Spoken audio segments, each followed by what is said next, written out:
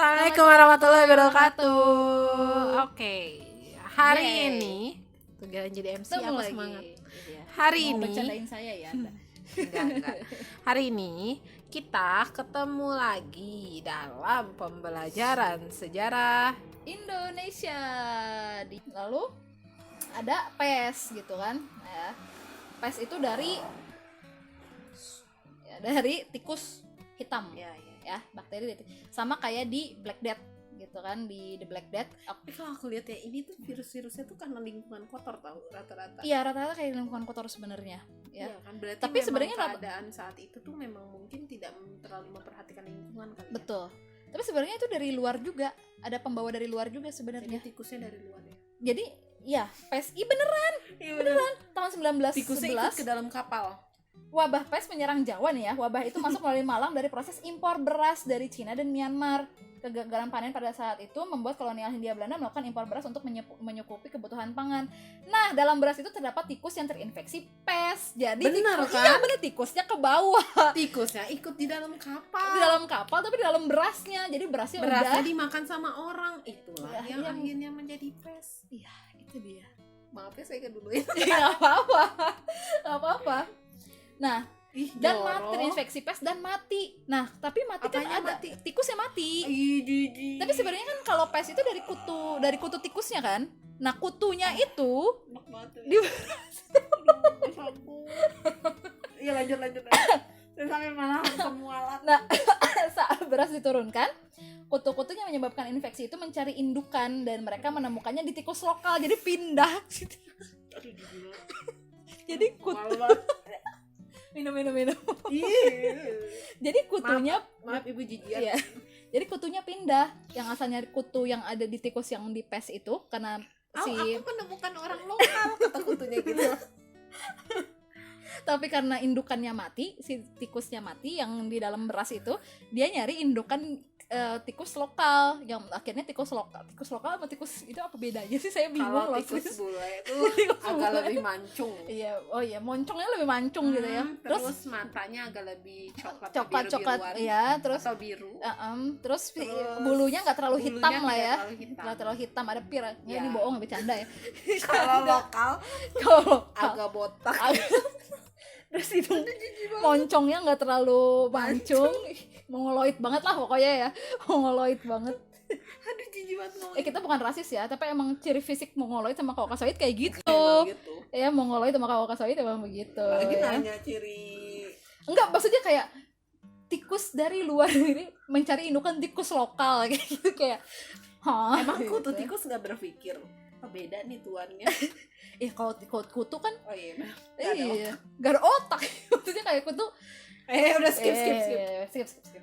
Yang menyebabkan infeksi itu mencari indukan dan mereka menemukannya di tikus lokal. Bahkan kutu tersebut juga bersarang di tanah, ya jelas ya iyalah. Persebaran penyakit pes berkembang sangat pesat mengingat Malang memiliki cuaca yang dingin. Memang hidup di tempat lembab ya. Tempat lembab. Nah, wabah pes menjadi tak terelakkan pada saat itu. Wabah itu sebelumnya dibantah oleh pemerintah kolonial Belanda. Again, ya. Data Tidak menunjukkan belajar dari ini ya. Iya. Tidak belajar dari pengalaman. tapi ini sebelum flu Spanyol kayaknya pes nih. 1911 soalnya. Oh, tadi berapa? Ya, 1918. Oh, Iya. Berarti dia mengulangi apa yang dia lakukan lagi iya, gitu kan ya, tidak yang belajar flu dari Spanyol sejarah. nggak belajar dari sejarah. Terus. Nah, data menunjukkan tahun 1911 sampai 1912 terjadi ada 2.000 orang meninggal akibat penyakit pes. Banyak juga. 2.000 loh. Lonjakan terjadi pada tahun 1913 hingga 1914 mencapai 15.000 orang yang meninggal dunia. Lonjakan tersebut terjadi karena sikap acuh berarti ya, dari pemerintah, padahal dokter sudah memperingatkan perlunya adanya karantina. Nah, ini gambar Malang yang dikarantina, dijaga sama polisi pemerintah Hindia Belanda pada saat itu. Jadi kayak dikasih kayu, tidak boleh masuk gitu, terus dijaga sama polisi. Ya, wilayah ini. Tapi ada orangnya di dalamnya. Ada. Ya itu Oh. karantina, kalau misalnya dia sakit dikarantina kayak gitu. Tapi kan tikusnya kemana-mana. Ya itu sebenarnya kan kalau misalnya pes itu yang dibasmi adalah bukan manusianya tapi Iya, tapi tikusnya. tikusnya itu maksud aku. Iya, Harusnya dibakar. di karantina tikusnya bukan Dibakar, manusianya. bukan lagi di karantina tikusnya. karantina. Nah tapi yang akhirnya banyak yang terinfeksi pes itu malah di karantina, bukan mencari si tikusnya untuk dibunuh kayak gitu. Iya kan, yang sumber penyakitnya tikusnya, bukan manusianya. Iya, bukan ya. manusianya. Kalau COVID kan misalnya jelas dia menyebarkan melalui manusia ke manusia, Ya, kan. manusia. Terus ini kan kalau pes kan ya tikus Dari yang tikus ke kutu ya. manusia kan. Mm-mm. Ketika manusia itu kena atau memakan yang terkena dari kutu-kutu itu, ya itu kan yang Itu akhirnya iya, kena. jadi kalau misalnya pes mah sebenarnya dari tikus ya, tidak menular dari manusia ke manusia ya. Gitu. Soalnya Maksudnya aku gitu. nonton apa sih? Jadi agak aneh juga caranya ya. Iya. Maksudnya di karantina manusianya, ngapain di karantina manusia? Iya. Wey. Ya itu dia, makanya kita bisa belajar dari ini gitu Iya, kan ya. benar-benar. Bisa belajar dari ini itu untuk Pengalaman. pes kayak gitu. Nah, jadi apa ya? Ternyata apa ya, sikap abai, sikap acuh itu memang sudah ada dari dulu kayak gitu ya kan. Makanya kenapa Sekarang kita wabah-wabah kematian ini berapa sih? COVID? berapa ya? Udah ratusan ribu kan? Aku udah kayak Nggak tahu sih. iya, maksudnya udah saking kayak ininya. udah kayak ya udahlah, seminggu sehari nambah segini kayak gitu. Yang penting apa ya namanya, kayak ayolah, masa mau nambah lagi kayak gitu ya. Maksudnya kita putuslah rantai penyebarannya kayak gitu-gitulah ya. Nah, jadi itu. Nah, sekarang kita balik lagi ke flu Spanyol ya, ke influenza ini. Soalnya memang kayak fenomenanya mirip dengan sekarang kayak gitu. Makanya tadi kenapa aku sedikit rada cepat nih ya ngejelasin penyakit-penyakit lain. Tadi bukan berarti penyakit lain tidak penting gitu kan, tapi ini kayak fenomena sekarang banget lah gitu ya. Jadi saking besarnya influenza pada saat itu menyebar di wilayah Hindia Belanda, terutama Batavia, itu sempat membuat kelimpungan para tadi dinas kesehatan tadi, Dr. De Vogel itu ya, karena memang tenaga medisnya juga tidak mencukupi. Bahkan banyak tenaga medis yang juga kena flu Spanyol tadi, influenza tersebut, yang akhirnya Kayak gimana kita nih sekarang ya. kayak kita sekarang kayak gitu. Bahkan kan yang kekuatan pertamanya aja sampai kena gitu. Iya, Tenaga kekuatan medis yang seharusnya dia pertahanan garda terdepan ya, gitu kan, masih kena kayak gitu. Nah, itu juga terjadi di flu Spanyol kayak gitu. Berarti kita kan memang mengulangi apa yang pernah kita lakukan pada saat itu gitu kan ya. Nah, bahkan sampai pada saat itu sampai bingung, akhirnya dibuatlah sama dokter De Vogel ini undang-undang. Kalau undang-undang dalam bahasa Belanda itu ordonantie ya, ordonantie tentang influenza ini kayak gitu ya, tentang influenza. Ini yang tadi sempat dijelasin sedikit. Ordonantie ini penjelasannya sedikit panjang soalnya. Nah, udah berapa menit sih? Bacain semua. Berapa 1 menit? 27. Wow. Oke, ini sebenarnya Penyakit baru. ini penyakit. baca sendiri lah ya. Ini sebenarnya bukan ordonantinya, ini kayak berita dari surat kabar Sinpo. Soalnya dicari nggak nemu kayak gitu, yang nggak nemu. Nah, jadi pemerintah Hindia Belanda pada saat itu mensahkan influenza ordonantie atau undang-undang khusus influenza pada 1920. Stadblad van Nederlands Indi nomor 1920 nomor 793. Melalui undang-undang tersebut, Kepala Dinas Kesehatan Medis Umum bertanggung jawab mengantisipasi penyebar luasan pandemi melalui kontrol rutin, kesiapan tenaga kesehatan, fasilitas di lapangan, dan panggilan darurat kesehatan. Jadi sebenarnya intinya gini, gimana caranya supaya memutus rantai penularan pada saat itu, influenza pada saat itu adalah menghentikan kegiatan di pelabuhan. Oke. Ya. Itu cara paling pertama yang cara paling pertama, menghentikan kegiatan di pelabuhan, karena penularan itu terjadi di pelabuhan. Kayak kita sekarang, jadi menutup segala akses. Kayak dulu awal-awal orang dari luar nggak boleh masuk kayak gitu ya, sama kayak gini. Negara nggak boleh masuk, kayak Cina pertama kan kita tutup dari Cina nggak boleh masuk kayak gitu. Nah, ini mah kan karena pada saat itu memang kalau penjajahan itu dia salah satu untuk mendapatkan keuntungannya adalah dari perdagangan, dan pada saat itu perdagangan lewat laut. Nah, disitulah terjadi penularan influenza. Jadi ditutup harusnya di pelabuhan. Nah, setelah itu gede banget berarti. Pasti kerugiannya besar sekali kan. Setelah itu baru social distancing. Jaga jarak itu beneran. Oh, itu social distancing juga. Jaga jarak. Jadi tidak boleh kumpul-kumpul di sekolah. Sekolah ditutup. Diliburin juga. Iya. Wow, itu beneran. Kayak sekarang banget. Makanya kenapa aku semangat banget nih. Bukan semangat loh. Bukan berarti saya dari tadi gak semangat gitu kelihatan. Semangat banget nih. Kayak ini udah pernah kita lakukan gitu, kayak gitu kan. Maksudnya Itu sekolah ditutup, tidak boleh ada kerumunan, karantina, benar-benar kayak gitu, karantina wilayah. Terus kalau misalnya batuk, flu itu ditutup, ya. Si apa tuh namanya, kita kalau lagi batuk dan lain-lain, benar-benar kayak sekarang lah gimana gitu, ya. Nah tapi ordonansi ini membutuhkan waktu yang lama untuk disahkan, 1 tahun. Kenapa? Dikarenakan adanya protes dari perusahaan pelayaran Belanda. Nggak mau rugi. Nah, yaitu KPM, Koninklijk Paket Vaart Maskapai, dan departemen iya departemen kehakiman. Departemen kehakiman. Jadi gini, ketika pertama kali draftnya keluar, mantap ya, draft undang-undangnya keluar. Nah, jadi salah satunya gini. Nah, Koda itu sangat bertanggung jawab terhadap awak kapalnya, gitu ya. Kalau misalnya ada yang terserang influenza, itu nggak boleh keluar dari situ, dari kapalnya.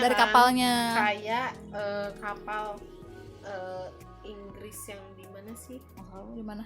Enggak, ada yang pas corona awal-awal itu hampir awak kapal pesiar ya? Kan? Iya. Yang kapal pesiar yang isinya tuh nggak boleh keluar semua. Nah, itu pernah terjadi ada berapa puluh orang tuh, ada orang Indonesia di situ. Oh, kena. Jadi nggak boleh keluar kan dia situ kan? Kena, sebagian enggak. Nah, kayak gitu. Jadi, dan terus harus ada surat, kalau misalnya dia mau melakukan perjalanan ya, itu harus ada surat bebas dari influenza. Sama lah kayak sekarang, kayak gitu kan, kayak rapid, swab, surat jalan, surat jalan ya, surat keterangan tidak yang kalau kemarin tuh masuk Jakarta tuh harus pakai surat itu. Nah, itu di mana itu pelabuhan itu juga sama, harus kayak gitu, sama kayak gitu. Dan kalau misalnya dia terkena influenza harus karantina 21 hari. Oh, bedanya 21 hari, 3 minggu berarti ya, 21 hari karantina kayak gitu. Tapi kalau ini oke lah ya, maksudnya karantina karena ini influenza kan, dia menyebar dari udara. Karena dia menyebar dari udara, makanya yang di pelabuhan itu harus benar-benar dihentikan. Kayak gitu. Cuman kata KPM ini, perusahaan pelayaran Belanda, jelas ya kan, kerugiannya sangat besar. Ekspor impor jadi nggak jalan, jadi merugi kayak gitu kan, terutama kuli-kuli angkut itu juga kan jadi pada nggak boleh.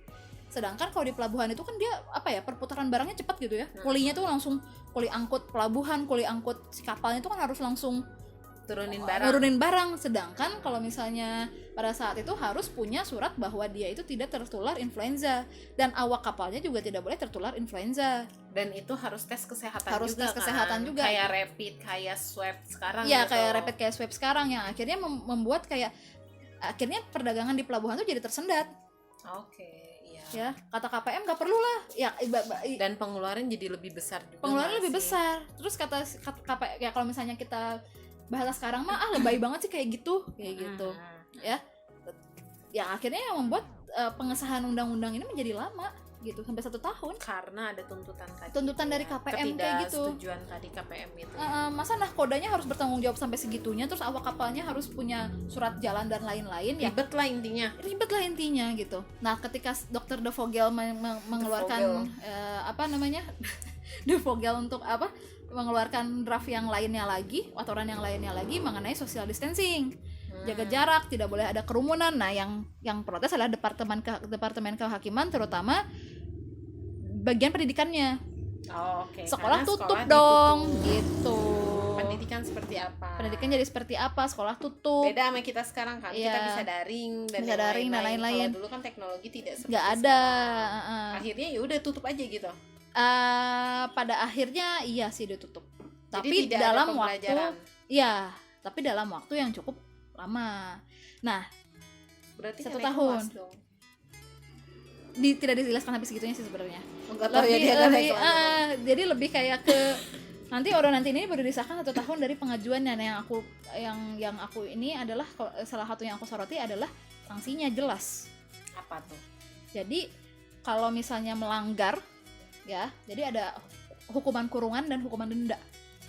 Jadi kalau misalnya melanggar pasal-pasalnya nggak inget lah ya gitu, pasal-pasal berapanya gitu kan, pokoknya gini, ada kurungan 6 hari maksimal dan denda 50 golden kalau nggak salah, itu bagi guru-guru ya, yang melakukan pembelajaran, tidak melakukan social distancing kayak gitu, karena kan harus tutup ya. Nah, ada yang lebih lama lagi, 21 hari. 1 tahun ya. 1 tahun dengan denda 2.000 golden itu bagi nahkoda.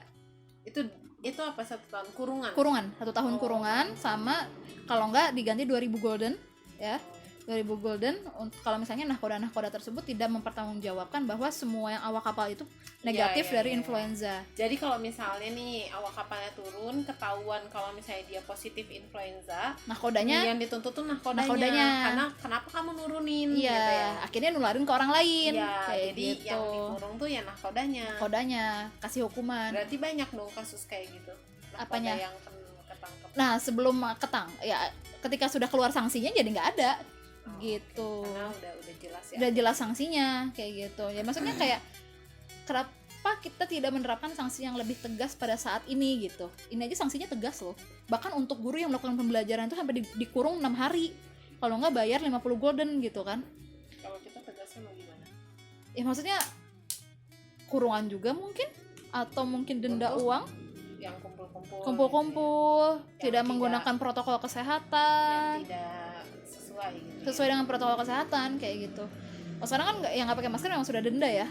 Udah denda, itu udah jelas. Jelas, cuman kalau menurut aku cukup terlambat sebenarnya denda ini. Kalau dulu kan kayak sanksi sosial push up dan lain-lain gitu ya. Tidak membuat orang jerah seperti itu. Kalau ini kan memang langsung lah dalam waktu, ya walaupun waktunya lama karena banyak protes terutama dari perusahaan yang sangat merugi ya.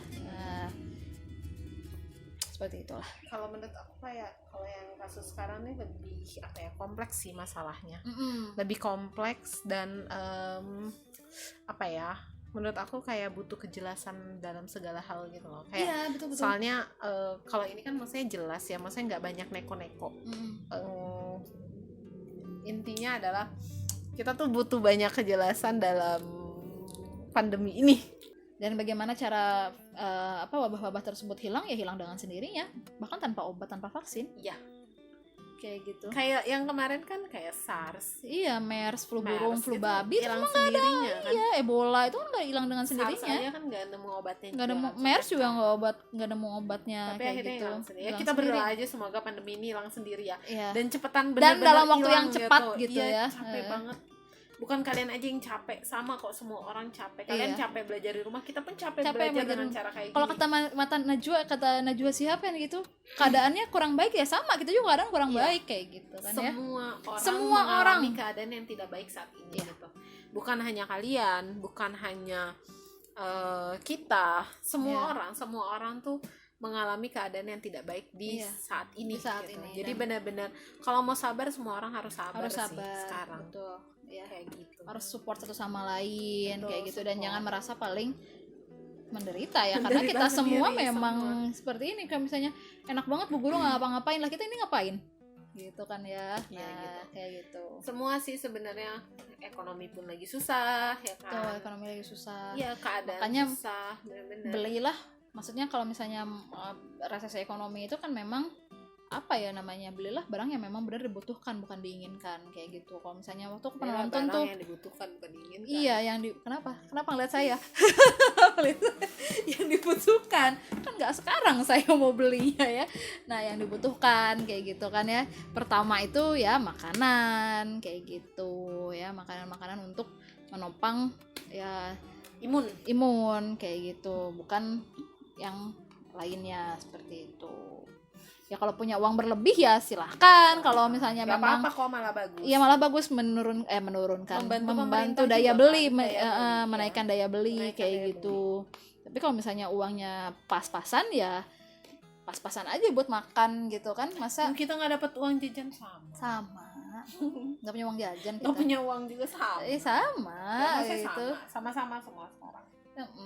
Kayak gitu ya, walaupun misalnya kita bergaji atau apa ya sama aja sebenarnya, juga buat kebutuhan sehari-hari kayak gitu kan ya.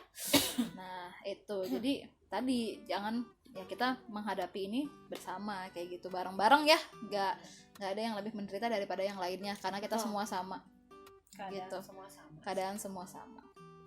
Oke. Ini akhir nggak atau ada lagi? Akhir, selesai ini selesai. Pandemi itu selesai. Pandemi ini selesai. amin. Pandemi Dulu jadi berdoa. ini terakhir ini. Ini Oke, terakhir. ini terakhir nggak ada lagi berarti Nggak ada, ya udah selesai. untuk materi pandemi. Nah, Jadi untuk materi sebenarnya pandemi. ini untuk kontennya mereka juga ya. Untuk kontennya juga multimedia untuk tugas akhir kayak gitu kan. Bagaimana pandemi kan yang dijelasin ini secara bukan selewat ya, maksudnya ya permukaannya aja ya, silahkan untuk digali lagi lebih dalam kayak gitu ya. Pandemi berakhir, seenggaknya kalian pasti akan banyak belajar bahwa kita manusia di dunia, di bumi ini tuh bukan pertama kali mengalami keadaan seperti ini. Ini udah kulang beberapa kali ya sebenarnya. Berkali-kali dan dengan cara yang sama menanggulanginya berkali-kali kayak gitu-gitu aja, karantina lagi, social distancing lagi, kayak gitu-gitu aja sebenarnya. Ya benar, kayak gitu. Jadi seenggaknya bisa lebih bersyukur aja sekarang dengan teknologi. Hadapin, kebayang nggak sih kalau waktu zaman PES yang 1800-an kayak gitu, tadi kan aku bilang lampu cempor gitu kan dari api ya kan, mereka belum ada kompor gas, nggak ada YouTube, nggak ada TV, nggak ada. Kalau sekarang kita kan kalau misalnya bosan tinggal nge-YouTube, tinggal nonton TV, nonton film di laptop kayak gitu kan, nonton K-drama, drakor ya kan. Kalau nggak punya laptop di TV nontonnya gitu. Sebenarnya kalau misalnya nggak ini bisa baca buku ya, sebenarnya kan? Kita tuh dimanjakan sama teknologi. Iya, coba kebayang nggak waktu zaman PES 1800-an, Flu Spanyol 1900-an harus nggak kebayang nggak sih, maksudnya tadi kan juga dijelasin bahwa sekolah diliburin. Iya. Gimana proses pendidikan pada saat tidak berjalan sama sekali kan? Tidak berjalan sama sekali. Kalau kita sekarang oke lah, kita masih bisa ketemu melalui YouTube, melalui Zoom Meet, ya walaupun ada mungkin nggak ikut karena keterbatasan di kuota atau seperti gitu kan. Dan yang lainnya lah, intinya banyak cara untuk kita bisa ketemu dan komunikasi gitu dalam pembelajaran. Kebayang saat dulu mau belajar gimana, orang ditutup sekolahnya, ditutup sekolah, tutup udah. Iya. Kalau sekolah malah di penjara. Iya kan, tadi hukuman 6 hari kan. Iya gitu. Denda pakai uang 50 golden. Itu sih ya, jadi sekali lagi ini bukan hal pertama yang kita pernah alami di dunia ini ya. Semoga kalian bisa memaknai materinya, lebih merefleksikan, betul, refleksi diri, lebih bersyukur, lebih menerima keadaan sekarang, dan ya udah nikmatin. Kita udah serba aja. mudah kok ya. Kita nikmatin aja semuanya. Iya. Selagi manusia masih bisa makan, masih bisa beribadah, masih bisa melakukan hal yang kalian sukai, ya bersyukur aja. Kenapa harus bosan diam di rumah sih gitu. Stay aja di rumah. Stay at home ya. ngobrol sama orang tua, ngobrol sama saudara kayak gitu kan. Maksudnya itu kan salah satu waktu yang gak akan pernah kita bisa ganti ya. Apalagi kalau misalnya sudah pergi atau sudah nggak ada, itu kan salah satu kenangan kayak gitu. Seperti itu. Oke. Ada lagi? Udah cukup. Oke, terima kasih untuk hari ini. Ya tadi pesannya, semoga kalian bisa memaknai semua materi ini, diambil hikmahnya, diambil baiknya, buruknya dibuangin aja. Mungkin cukup sekian. Terima kasih. Sampai ketemu di video selanjutnya. Assalamualaikum warahmatullahi wabarakatuh. Bye. Cut.